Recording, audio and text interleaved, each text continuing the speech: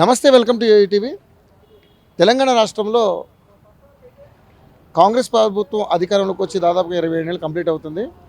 ఈ 27 నెలల్లో అభివృద్ధి కంటే విధ్వంసం ఎక్కువ జరిగిందంటూ కూడా అనేక రకాలుగా విమర్శలు అయితే ఈ ప్రభుత్వం ఎదుర్కొంటుంది. ఏదైతే హైడ్రాతో ఒక్కసారిగా ఈ నగరంలో ఉన్నటువంటి చాలా ఇళ్లను, పేదవాళ్ళ ఇళ్లను టార్గెట్ చేసి మరీ కూలుస్తున్నారంటూ కూడా అనేక రకాలుగా విమర్శలు వస్తున్నటువంటి పరిస్థితి మనం చూసి అమీన్పూర్లో అపార్ట్మెంట్లు కూల్చారు. అంతకుముందు సున్నం చెరువు చుట్టూ ఉన్నటువంటి ఆ గుడిసెలన్నింటిలో కూల్చారు. చాలా రకాలైనటువంటి విధ్వంసం జరిగాయి. ముఖ్యంగా చూసుకుంటే అక్రమంగా కట్టినటువంటి నిర్మాణాలని, పెద్ద పెద్ద వాళ్ళని, మినిస్టర్ల వాళ్ళని కావచ్చు, తర్వాత డబ్బున్న వాళ్ళని ఎవరిని కూడా వాళ్ళ జోలికి హైడ్రా వెళ్ళట్లేదు. సో ఏదైనా రోడ్డు పక్కన ఏదైతే పాలబండి పెట్టుకున్న వాళ్ళని, ఇలా కొంచెం పేదవాళ్ళని బాగా టార్గెట్ చేస్తుందని చెప్పేసి అన్ని రకాలుగా మాట్లాడుతూ ఉన్నారు. సో ఈరోజు మనం మినిస్టర్ క్వార్టర్స్ దగ్గర ఉన్నాము. ఇదే మినిస్టర్ క్వార్టర్స్. సో దాని పక్కన ఇక్కడే ఉన్నటువంటి ఎన్నో ఏళ్లుగా ఉన్నటువంటి 50 ఏళ్లుగా ఉన్నటువంటి ఇళ్ళని, షాపులు, 70 ఏళ్ళ నుంచి ఉన్నటువంటి షాపుల్ని మొత్తం కూలుస్తున్నారు. ఇది హైడ్రా చేస్తుందంటే కాదు, ఎవరో మినిస్టర్ కంప్లైంట్ చేశాడంట ఈ రోడ్డు. సో మరి ఇన్నాళ్ళు చాలా ప్రభుత్వాలు ఇక్కడ పనిచేసి చాలామంది మినిస్టర్లు ఇక్కడ ఉన్నారు. మరి ఈ ప్రభుత్వంలో మరి ఓన్లీ కేవలం కూల్చివేతలకైనా టార్గెట్ పెట్టుకున్నట్టుగా కనపడతా ఉంది. మొత్తం షాపులన్నీ కూల్చేశారు. పొద్దున 9:30కి అట్లా వచ్చి కూల్చారు. రెడ్ మార్క్ కూడా పెట్టారు. అక్కడ మనం చూడొచ్చు. కూల్చిన తర్వాత అక్కడ రెడ్ మార్క్ పెట్టడం జరిగింది. అక్కడ మనం చూడొచ్చు. అంటే అంతవరకు ఆ షాపులన్నీ మొత్తం కూల్చేస్తారన్నమాట. అంటే దీన్ని బట్టి అది వాళ్ళకి చెప్తున్నటువంటి ప్రాథమికంగా వచ్చినటువంటి అంశం.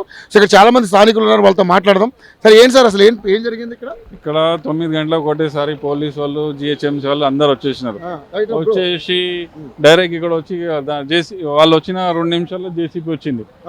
జేసీపీ రాగానే ధనాధన మేము ఎంతో చెప్తున్నాం, మీరు నోటీస్ ఇవ్వండి సార్, లేకుంటే మార్కింగ్ చేయండి వితౌట్ ఇంటిమేషన్. ఇప్పుడు మార్కింగ్ స్కూల్లో కొట్టిన తర్వాత మార్కింగ్ పెడుతున్నారు.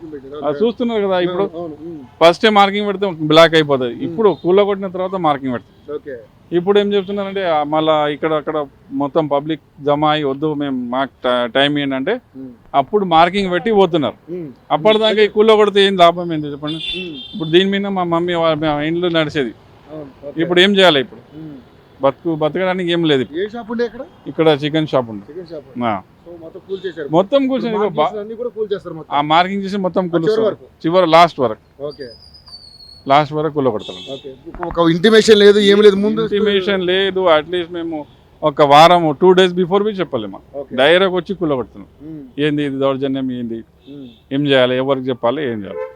ఎన్నేళ్ళుగా ఉన్నారండి మీరు? మేము ఇక్కడ పుట్టింది పెరిగింది ఇక్కడే పుట్టినాం, ఇక్కడ పెరిగినాం. ఇక మా పక్కకు ఓనర్ ఈయనవి, మా పక్క బిల్డింగ్. మరి ఇప్పుడు ఇటువైపు కానీ అటువైపు కానీ, అంటే అటువైపు అన్ని కూడా కొంచెం పెద్ద పెద్ద ఇళ్ళు ఉన్నాయి. అక్కడ ఆకిపోయి ఆడ ఉన్నవి, ఆడ ఎవరు చూస్తలేరు. చూడండి అక్కడ, మీరు కెమెరా అక్కడ చూపెట్టని తెలుస్తుంది. ఆడ మొత్తం గార్డెన్ చేసుకుని ఆకిపై చేసుకుని వాళ్ళకి ఒక్క మాట అని చెప్పాలి. డైరెక్ట్ ఇక్కడనే కూలవచ్చు. ఓకే. సో ఇది మీది అంటే మీరు అక్రమంగా కట్టుకున్నాయా, లేకపోతే మీ సొంతం ఇల్లు? ఆల్రెడీ గవర్నమెంట్ నుంచి రిజిస్టర్ మొత్తం అయిన ఇల్లు. ఎన్నో ఏళ్ళుగా ఉంటున్నారు? 70 years నుంచి ఉన్నాం ఇక్కడ. ఇప్పుడు ఇట్లా కూలగొట్టినారు. దాంట్లో హై టెన్షన్ లైన్ ఉన్నది. ఎవరికైనా తలిగి ఏమన్నా అయితే ఎవరు రెస్పాన్సిబిలిటీ? ఏం చేస్తారు? ఇప్పుడు ఈ సామాన్ తీయాలన్నా ఇప్పుడు 10-20 వేలు అవుతాయి. అది కాంపోజిషన్ లేదు, ఏం లేదు. ఇప్పుడు ఏం చేయాలి? మేము అంతే. ఇక రావడం కూల్చడం అంతవరకే. వాళ్ళ పని రావడం, కూల్చడం, వెళ్ళిపోదాం అంటే. ఇక ఏం చేద్దాం? ఈ గవర్నమెంట్ ఇట్లా సతాయిస్తున్నాం.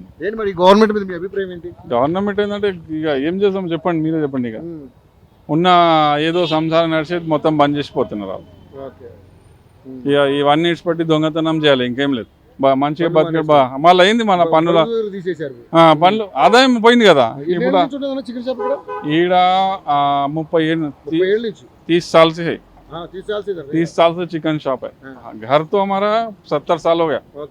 अभी आके तोड़ रहे, क्या बोलना.